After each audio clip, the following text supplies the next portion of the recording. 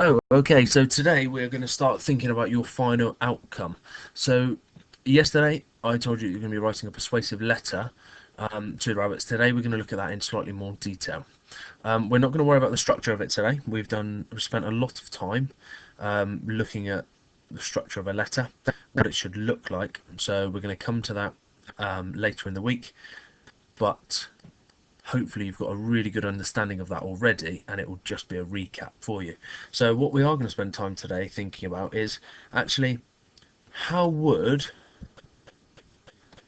the native inhabitants be feeling. So yesterday you looked at a character description of the rabbits, but actually what would it feel like if you were one of the people who was living in Australia or living anywhere, and the rabbits or the invasive people arrived and had no respect for what you had.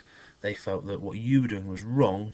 Actually, how would that make you feel? So I'd like you to just think for a second, actually, what would that feel like?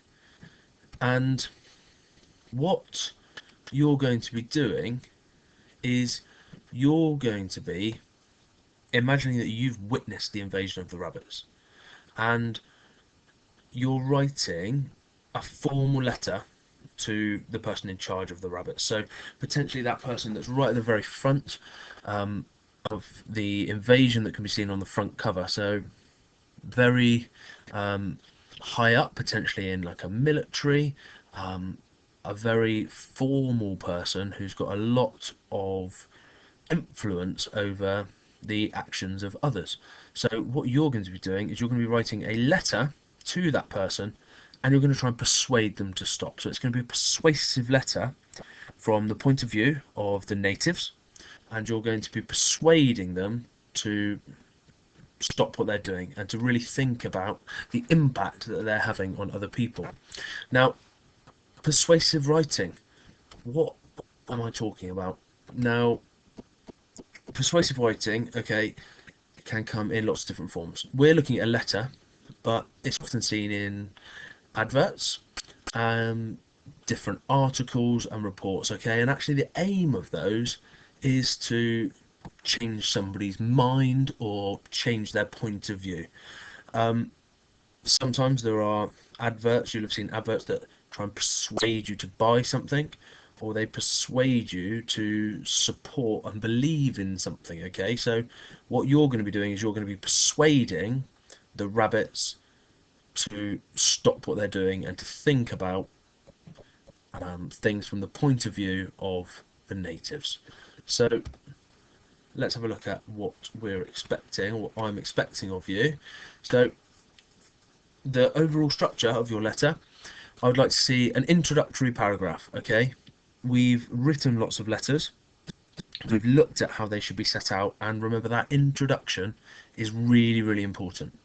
Short, snappy, really gets to the point, and potentially finishes with a question, maybe a rhetorical question that just gets the reader thinking about what you're saying.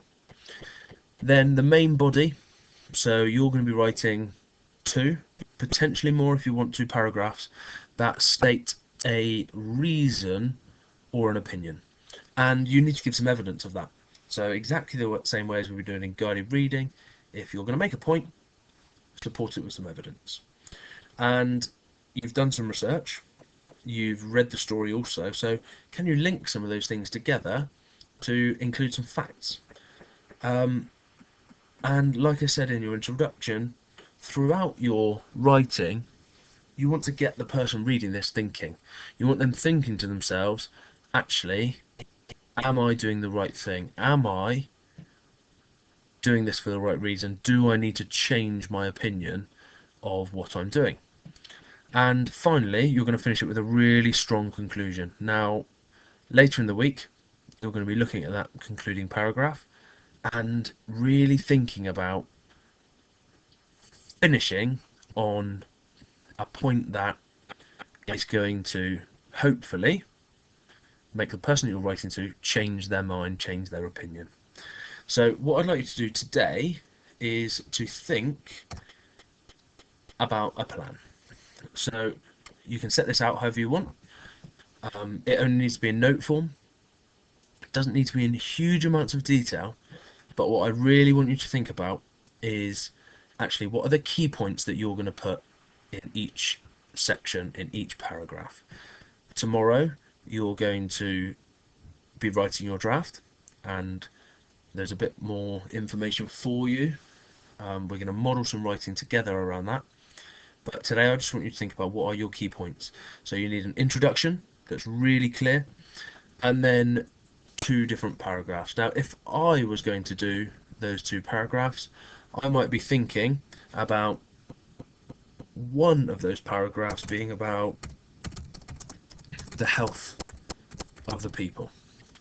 So that might be the overall aim of that. I might even have the overall aim of the paragraph just as the people and the effects of the people, and one of those might be health. One of those might be to do with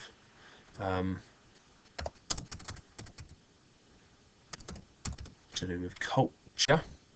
Okay, and then I'd have some evidence in here, some things that have happened that I think are affecting people's health and why that's a problem, and the things that are affecting their culture and why that might be a problem.